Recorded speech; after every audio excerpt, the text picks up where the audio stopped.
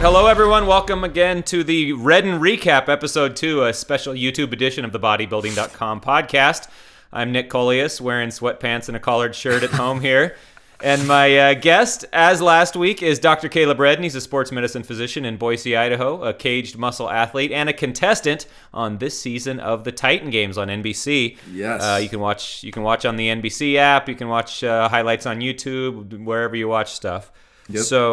So last night was pretty intense.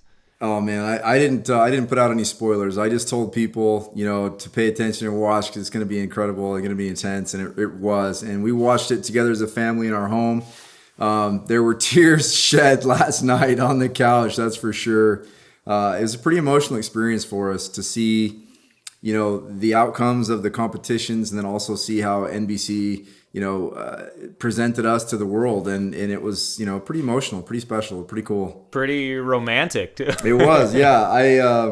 We filmed for hours and hours and hours, and I guess one of the common themes in my life that I keep coming back to is my wife and my family, and I was grateful that they showed that and portrayed that, because truly, I'm grateful for all the compliments and the accolades of being an athlete, of being a successful doctor, and whatever those other things may be that I've done in life. Those are cool things, but my greatest accomplishment is being a husband and a daddy. And so to be able to portray that, part of my story was really special to me and to my wife, to our family. So that was pretty cool. So NBC, thank you for that. Sure. And then thank you for throwing you right into a first event, a pretty tough one called Hammer Down. Oh man, that was tough. Yeah, so you've mentioned on previous podcasts we've done with you that in addition to having a medical background, you have some labor in your background. You've worked on oil rigs, I think, right? Yep. Mm-hmm. Oil rigs. And so this event looks like it was right up your alley, right? Oh, Swinging man. a hammer. When I walked out and saw what we were doing, I was like, yes. It made me feel so good. And those boxes that they had us throw up at first to get the hammer, those things were heavy. They were like 120, 150 pounds. And I was smashed. I was so tired. I had just finished Mount Olympus. Really? In fact, we'd filmed that one the same day. So I had finished Mount Olympus. Kind of a cool deal, actually. Like, I'd finished Mount Olympus, and Joe was kind of recovering. I was recovering. And as I'm walking out on the stage, and we filmed for about an hour, hour and a half, 2 hours maybe. And then we went out to do the hammer down. And I was still dizzy. Like, I'd been throwing up. I was really sick just from the exertion. And I'm standing there, and I kind of look over at the rock. And I just kind of looked over at him, and he just kind of smiled. He was like, "Doc, you good?" And I was like, "Yeah, man, I'm good." And he just starts laughing. He's like, "Screw it." He's like, "Go for it." And I'm like, "Yeah, I got this." And he just gave me the nod, like, "Go for it. Go for broke. Like, leave it all out there." And it felt good to have that kind of a support in your corner. But man, I grabbed that hammer, and I had an advantage, I think, on that one because I had done the kick out already, right? And so I understood the way those pistons work, and they're the exact same, format, just on a smaller scale. Those pistons on those pipes that we had to hit, I knew you had to hit that thing square in the center, and you had to hit it hard, otherwise it wasn't going to move. And once you got it moving, you had to stay on it. And so as soon as I started hitting that thing, I just stayed really level, really consistent, and I was swinging the hammer just the same way I used to swing it on drilling rigs back in the day, and it just felt right. And so, and then you were going up against a firefighter. He's a guy who knows how to swing an axe too. But you pulled ahead pretty quickly. You think that working on that last event was really what opened it up for you? Yeah, I think so. And I think just being consistent and moving smooth, like. But yeah, Matt's a strong guy. He throws a hammer well too. Like, he knows what he's doing. But I also feel like I have more upper body strength than he does. He's got more lower body strength than I do. So having upper body strength and that core strength was really, I think, beneficial as well. Yeah, because I was watching it in slow-mo this morning, like watching how much the pipes and pegs were moving. And I was hitting that thing pretty hard, man. But it felt good.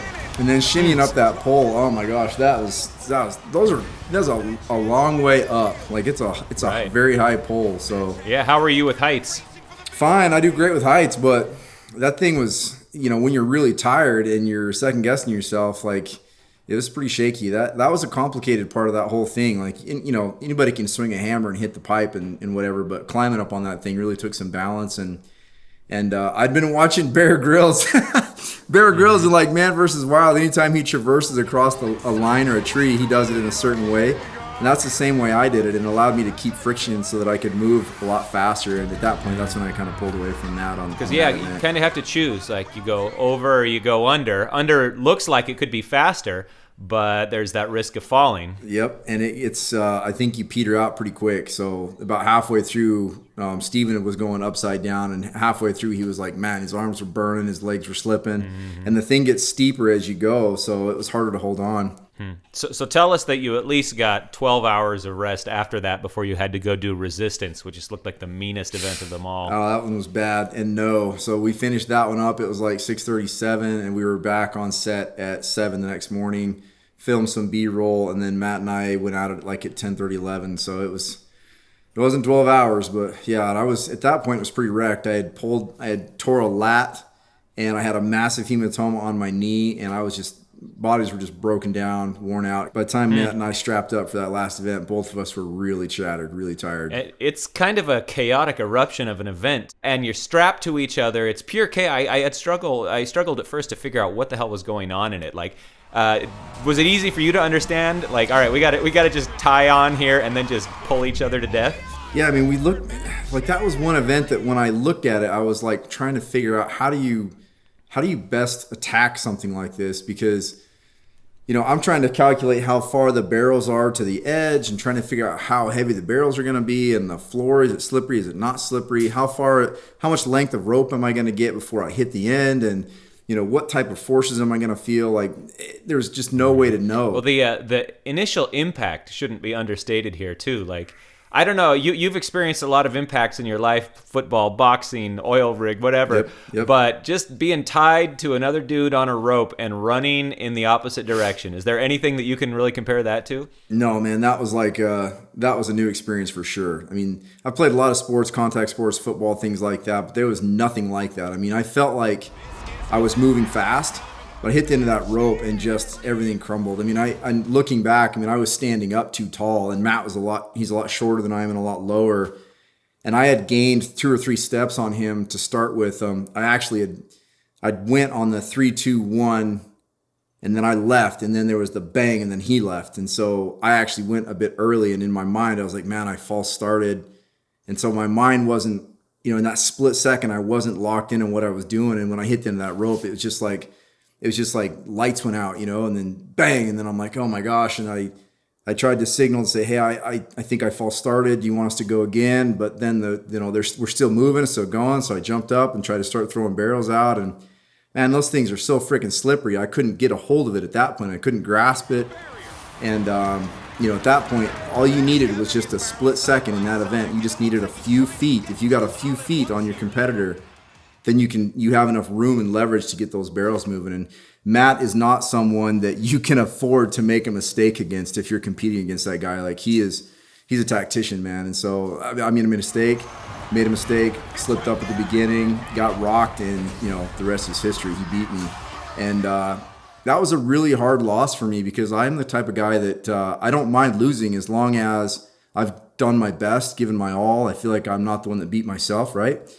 And that event, I really kind of left feeling like, man, I should have done better. I could have done better, and I wanted another shot. I want to compete against the best on their best day, and I want to provide that as well in competition. And so that was a sour loss for me. But at the same time, I have so much respect for Matt Chan as a person, as an individual. Huge respect for that guy. When I met him at the combine, we sat and talked about his injuries, his femoral artery injury, and as a medical professional and as a wilderness physician, I understand the life-threatening position he was in, and I understand the type of rehab and struggle he's had to accomplish to get to where he's at. And so just as a human being, the amount of heart and dedication he has to succeed is so admirable. And I'm addicted to that. Like, I love that human spirit, right? And so going out there to compete against him, it was almost like, I had so much admiration for him that I couldn't look at him as an enemy, if that makes sense. And I think that made it hard too, because you really you got to go for broke, or else you're not going to win in something like that. especially not when you're tied to somebody like that. Right, know? exactly. Is there any way that you could maybe say, as a physician, I don't think it's safe for you to be out here with your injury history. I think you should just default to me. Yeah, no. I should have said something like that. Like, hey, man, listen, I'll write you a note to get out of work early today. Man. Yeah, when you were giving your little recap, I could tell you were hurting then. I could tell that you were emotionally hurting, that you were steaming, that you had lost. How long were you physically aching for after all this went down? My body hurt for weeks and weeks afterwards, and my mind hurt every day. I mean, I seriously woke up almost every morning thinking about that event and thinking, man, how did I screw that up so bad? Like, what went wrong? What should I have done differently? And I've relived it a million times. And there's already been a million armchair quarterbacks that have been telling me, oh, you should have done it this way. You should have done it this way. And I'm like, yeah, well, you want to get strapped up to Matt Chan and go for a run? Go for it. Be my guest. Like, everybody has a plan until they get popped in the mouth, says Mike Tyson. I mean, that was just a tough thing. And so, physically, my body is recovered now, but after watching it last night, I found some rest, I found some peace, and was able to see, like, okay, look, we both did a great job. We're both working hard. I'm super happy for him. I wanted him to do well. I wanted Joe Thomas to do well. I like that guy a lot. So seeing those guys go at it again head to head and do really well on Mount Olympus made me happy. And it looks good on TV, and it feels good as a person to know I accomplished something like that. Sure. So on that topic, in hindsight, does this whole experience make you want to go out and do something crazy like this again in athletics or in Hollywood, or does it make you want to just settle back into that nice lifter's life that you have? No, man, I'm still really hungry. Like it almost kind of woke up a competitive fire inside of me that feels really good. But I also realized that, I'm on the end of the spectrum where tendon integrity starts to degrade, and I'm not looking for any more surgeries. I mean, I've had 4 knee surgeries, 2 back surgeries. I got a hip, blown out a hip, and I'm starting to realize my mortality, as it were, but at the same time still really appreciate that competition. And so I think what I'm going to do is get into more coaching and helping other people to pursue those type of activities and events. And if Hollywood comes knocking and there's a great opportunity, I'm the kind of guy that, I say that you can't put a value on any opportunity until you've experienced it, right? So I would never turn it down as long as it was something that seemed like it would be beneficial. But I'm definitely not chomping at the bit, knocking on the door of Hollywood saying, hey, let me do it again. That was a big undertaking. And, I've had people asking already, like, what do I got to do to get on that show? Like, what do I got to do to prepare for it? It's a lot to sign up for. You really got to think that through before you jump face first into something like that. Right. And then you need many, many years of training on top of that desire too. Yeah. That experience is just invaluable.